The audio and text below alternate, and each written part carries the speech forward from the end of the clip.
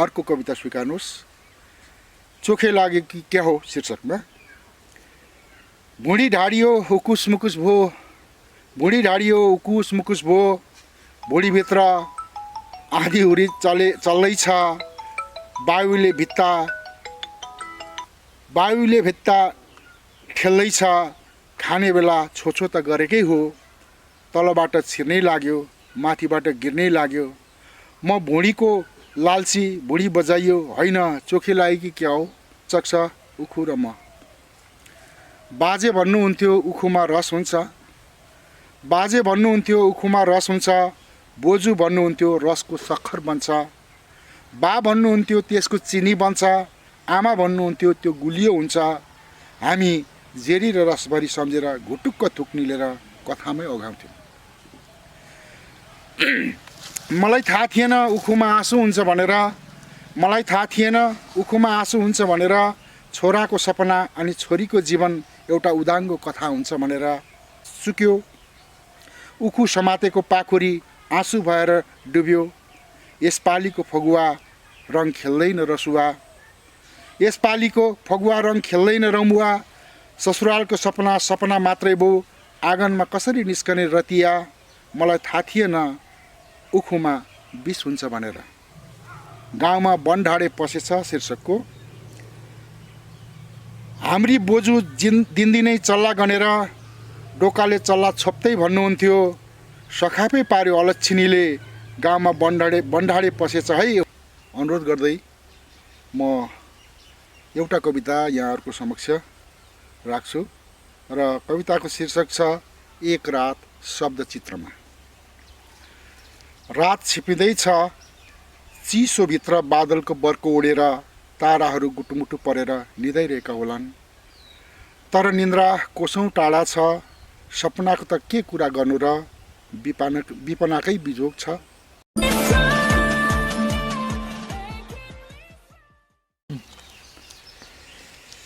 सबैलाई नमस्कार। धेरै दिनपछि तपाईहरुको समक्ष मेरा केही रचनाहरू प्रस्तुत गर्न लागिरहेको छु। सबैले यसलाई कमेन्ट गरिदिनु होला भन्ने अनुरोध गर्दै भर्खरै नेपालमा घटेको चर्चित घटनाको सन्दर्भलाई लिएर यो कविता मैले सिर्जना गरेको छु र एउटा किसान जो उखु किसानको आन्दोलनको विषयलाई लिएर यो लेखिएको कविता स्वीकार्नुहोस्। शीर्षक छ उखु र म। बाजे भन्नुहुन्थ्यो उखुमा रस हुन्छ, बाजे भन्नुहुन्थ्यो उखुमा रस हुन्छ, बोजू भन्नुहुन्थ्यो रसको सक्खर बन्छ, बा भन्नुहुन्थ्यो त्यसको चिनी बन्छ, आमा भन्नुहुन्थ्यो त्यो गुलियो हुन्छ। हामी जेरी र रसभरी सम्झेर घुटुक्क थुक निलेर कथामै ओघाउँथ्यौँ। मलाई थाहा थिएन उखुमा आँसु हुन्छ भनेर, मलाई थाहा थिएन उखुमा आँसु हुन्छ भनेर, छोराको सपना अनि छोरीको जीवन एउटा उदाङ्गो कथा हुन्छ भनेर, अनि आशाको धागामा अल्झिएको कसैको प्राण हुन्छ भनेर। यसपालिको झिझियामा बत्ती बाल्ने तेल राजधानीको चिल्लो सडक बीचमा सुक्यो, उखु समातेको पाखुरी आँसु भएर डुब्यो, यसपालिको फगुवा रङ खेल्दैन रसुवा, यसपालिको फगुवा रङ खेल्दैन रमुवा, ससुरालको सपना सपना मात्रै भो, आँगनमा कसरी निस्कने रतिया, मलाई थाहा थिएन उखुमा विष हुन्छ भनेर। ऊ लुटिएको पसिनाको सपना माग्दै थियो रे, ऊ लुटिएको पसिनाको सपना माग्दै थियो रे, बुढेसकालको आड भरोसा माग्दै थियो रे, तर ऊ नादान बालक झैँ रुँदा रुँदै चिसो सडक बीचमा भुसिया कुकुर झैँ मर्यो। हुरी बिना नै धोद्रिएको सुकेको रुख भएर ढल्यो, सडकमा चिल्ला कारहरू गुडिरहे, नेताहरू गुडे, मन्त्रीहरू गुडे, सचिवहरू गुडे, कारखानाका मालिकहरू गुडे, प्रधानमन्त्री गुडे, राष्ट्रपति गुडे, मुख्यमन्त्री गुडे, तर कोही मान्छे गुडेन, एउटै मुटु गुडेन, कुनै मन गुडेन। बिचरा एउटा गरिब किसान उखुको लाँक्रो अगालोमा लिएर लड्यो, भुसिया कुकुर झैँ बेवारिस भएर मर्यो। मलाई थाहा थिएन उखुको लाक्रोमा पनि प्राणघातक विष हुन्छ भनेर मलाई थाहा थिएन। उखुको लाक्रोमा पनि प्राणघातक विष हुन्छ भनेर। धन्यवाद।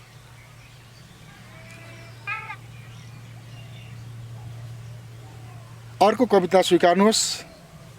गाउँमा बनढाडे पसेछ शीर्षकको। हाम्री बोजू दिनदिनै चल्ला गनेर डोकाले चल्ला छोप्दै भन्नुहुन्थ्यो, सखापै पार्यो अलक्षिणीले, गाउँमा बनढाडे पसेछ है होस गर। म हातको फितकौली देखाउँदै भन्थे, म मारिदिउँ बनढाडे। बोजूको अनुहार रिसले रातो हुन्थ्यो तर फिस्स हाँस्नुहुन्थ्यो। म शरमले हो कि डरले म उहाँको मैलो गुन्युमा आँखा लुकाउँथेँ। मलाई थाहा थिएन उस बेला मेरो नामको पेवा चल्ला बनढाडेले लगेछ। मामाले भान्जालाई दिएको पोथीका चल्लाहरू आमाले मावलबाट मेरा लागि ल्याएको त्यो बेचेर नयाँ नाना फेर्ने, कापी कलम किन्ने, म स्कुल जाने, पढेर ठुलो मान्छे हुने मेरी आमाले मेरो लागि देखेको सपना मेरा चल्लाहरू बनढाडेले लगेछ। हुन त आमाको अनुहार उस बेला अँध्यारो भएको थियो औँसीको रात जस्तै।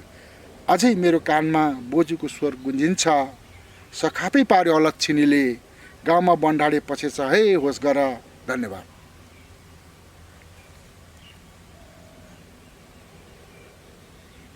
अर्को छोटो कविता स्वीकार्नुहोस्।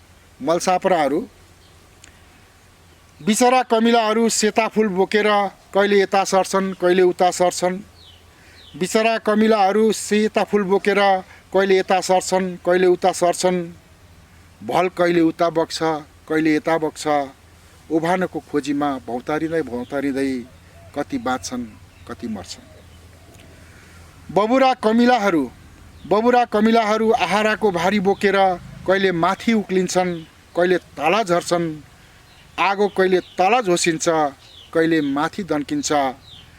मलसाप्राहरू रसिलो जिब्रो तेर्साएर यता र उताको तल र माथिको पुल बनिदिन्छन्। नादान कमिलाहरू पानीको सहारा त्यान्द्रो ठानेर उतै हाम फाल्छन्। उनीहरूलाई के थाहा जीवन सकिँदैछ भनेर। जब कमिलाको झुन्डले जिब्रो भरिन्छ तब मलसाप्राहरू जिब्रो मुखभित्र हुल्छन् अनि कर्याम चपाएर निल्छन्। यो क्रम चलिरहन्छ। बिचरा कमिलाहरू सेता फुल बोकेर कहिले यता सर्छन् कहिले उता सर्छन्। भल कहिले यता बग्छ कहिले उता बग्छ। उभानको खोजीमा भौतारिँदै कति बाँच्छन् कति मर्छन्। धन्यवाद।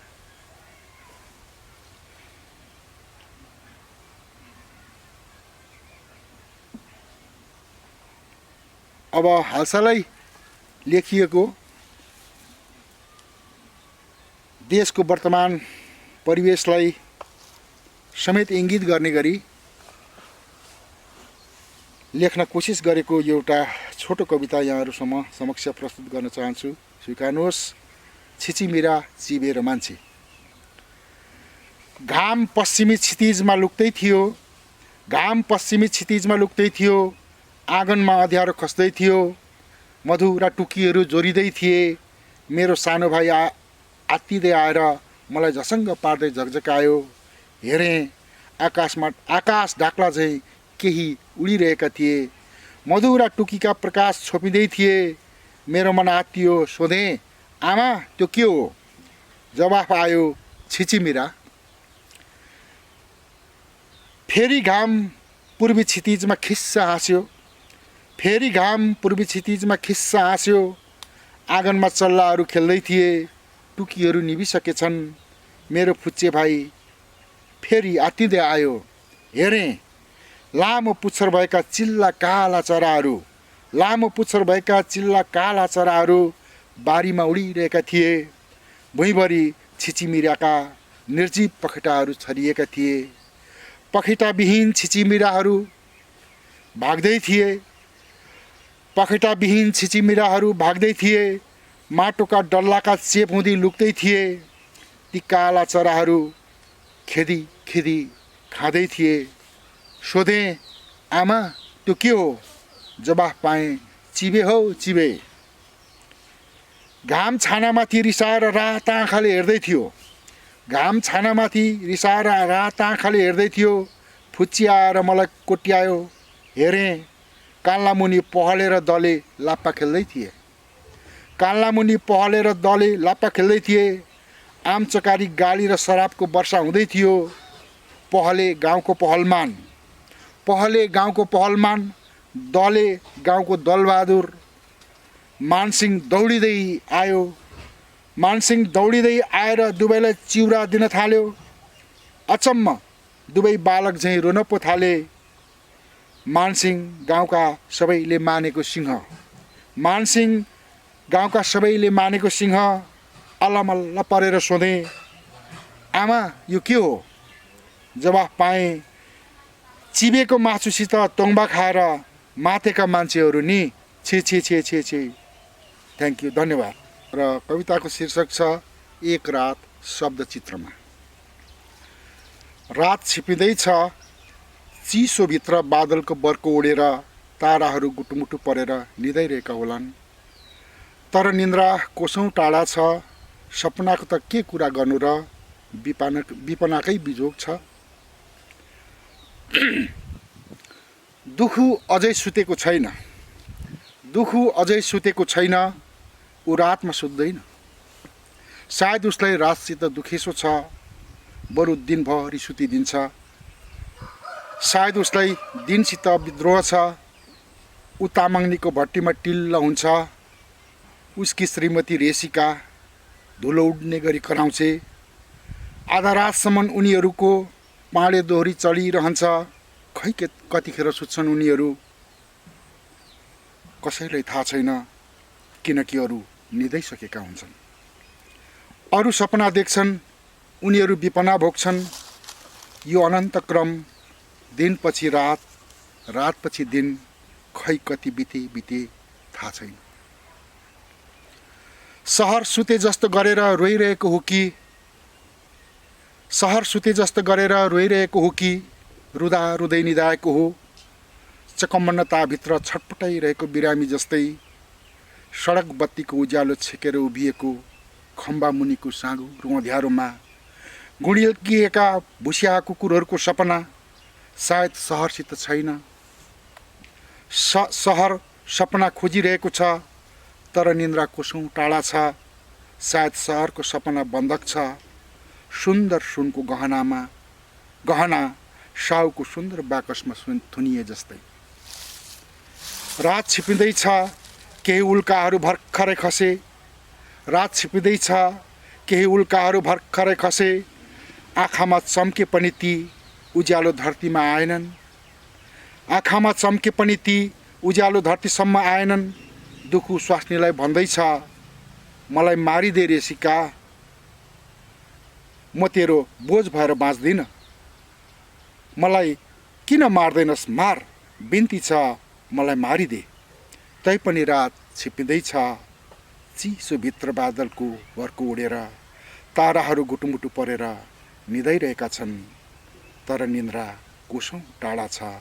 सपनाको त के कुरा गर्नु र, विपनाकै बिजोग छ। धन्यवाद। स्वीकार्नुहोस् अर्को कविता।